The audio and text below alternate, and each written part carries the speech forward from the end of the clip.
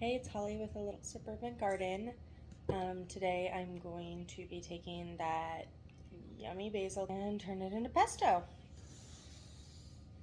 Okay, so I mentioned I wanted to make some pesto, so I'm just gonna harvest this basil. It's good to cut it anyways because it helps it to bush out more.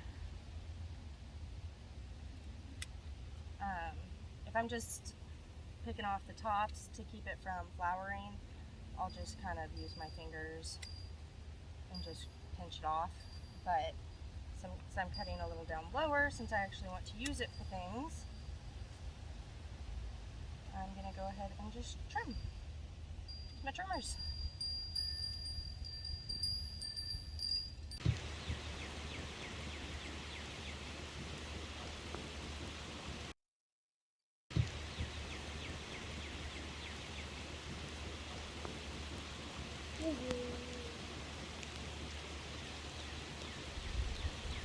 Alright, so here is everything we're going to be using today. Got some olive oil, salt, pepper, some freshly grated Parmesan cheese. This is actually garlic. This thing's awesome. You just roll it and it grinds it up. Love that thing. Lemon. Normally I like to use pine nuts, but today I'm actually just going to go ahead and use walnuts. They're a little cheaper. And a little bit of lemon and my pesto, or my basil. Soon to be pesto. Okay, so I like to make pesto in a blender. I'm just going to start with my basil, and I just take the leaves off the stem. Leave the thick stems, just set those off to the side. I've actually never done it with purple basil in general, but especially mixing the two. So I'm not entirely sure how this is going to end up looking. Might be a funky color, might not. We'll see. Live and learn, right? You never know until you try.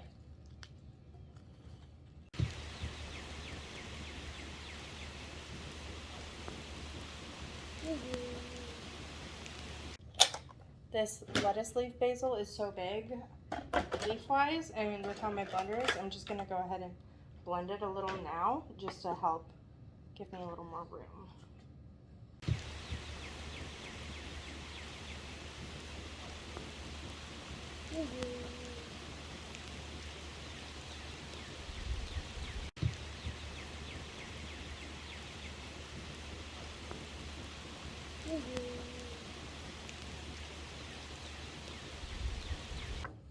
Okay, so apparently my blender just broke.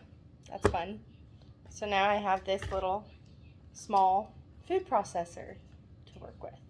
At least I got some of it blended, I guess.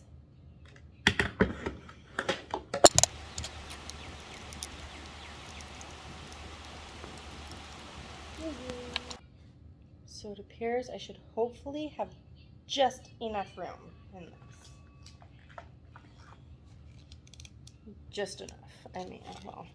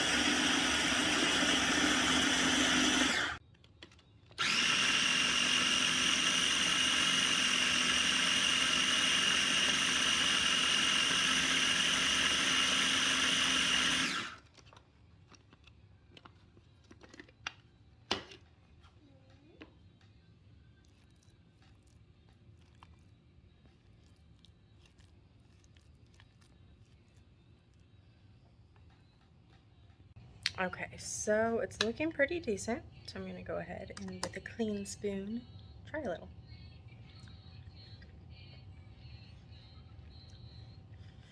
I mean, that's pretty good.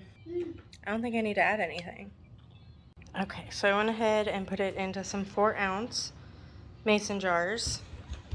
You want to leave some room at the top to put some olive oil to help keep it from oxidizing.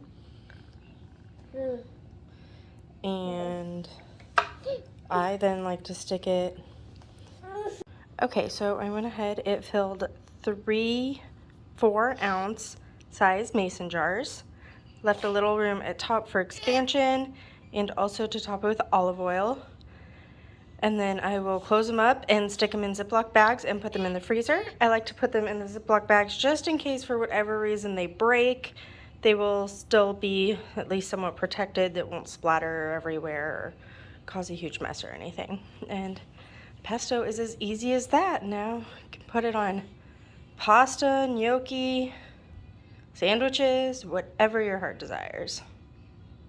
Alright guys, thanks for joining in with me. As you can see, I've got a lot more basil to turn into pesto. So I better go. Thanks for going with us. We'll see you next time.